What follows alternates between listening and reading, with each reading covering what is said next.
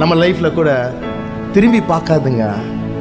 நம்ம தப்பு செஞ்சுருப்போங்க, தப்பு செய்யாதவங்க யார், அதை திரும்பியும் பார்க்காதுங்க. முன்னேறி தான் நம்ம போனோம். நம்ம வந்து ரிவர்ஸ் கியரில் போகிற ஆளுங்களில் முன்னால் போயிட்டு இருக்கணும். பின்னால் திரும்பினாங்க லோத்தின் மனைவி, டக்குன்னு அப்படியே தூணாக போயிட்டாங்க, உப்பு தூண. இன்றைக்கி நம்ம லைஃப் முன்னால் போகணுன்னா பின்னால் நடந்ததையோ நம்ம கணவன் மனைவியோ எது செஞ்சாலும் மன்னித்து நம்ம முன்னாலே போயிட்டே இருப்போம். நம்ம லைஃப் சூப்பராகிடும்.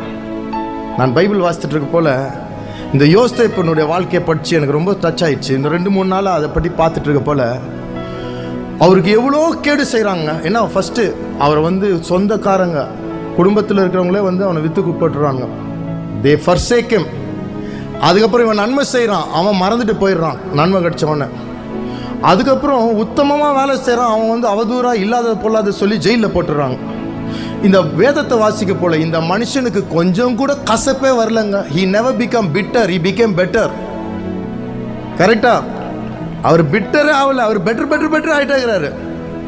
கடைசியில் அவங்க அண்ணன் தம்பிலாம் ஓடி வராங்க. ஒரு நாள் வந்து அவர் காலில் விழுந்து எல்லாம் அழுகுறானுங்க, என்னை மன்னிச்சிக்கோன்னு. இவர் மன்னிச்சிடுறாரு.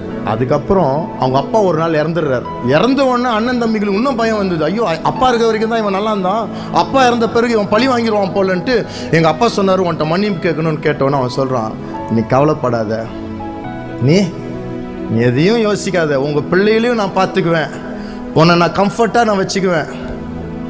நீங்கள் எனக்காக கேடு யோசித்ததை என் தேவன் நன்மையாக மாற்றிட்டார்றான்னு அவனுக்கு இவன் காஸ்பல் கொடுக்குறான்.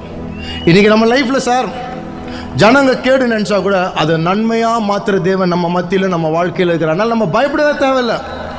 யார் என்ன பண்ணாலும் எல்லாத்தையும் நன்மையாக மாற்றுவார், எல்லா மைனஸையும் ப்ளஸ் ஆக்கிடுவார். அதனால் நம்ம என்ன செய்யணும், உன்னை மன்னித்து உனக்கு திருப்பி நான் நன்மையே செய்வேன்ப்பா, எங்கள் அப்பா உறங்குதில் தூங்குதில் அவர் என்னை பார்த்துக்குவார் நம்ம சொல்லிடலாம்.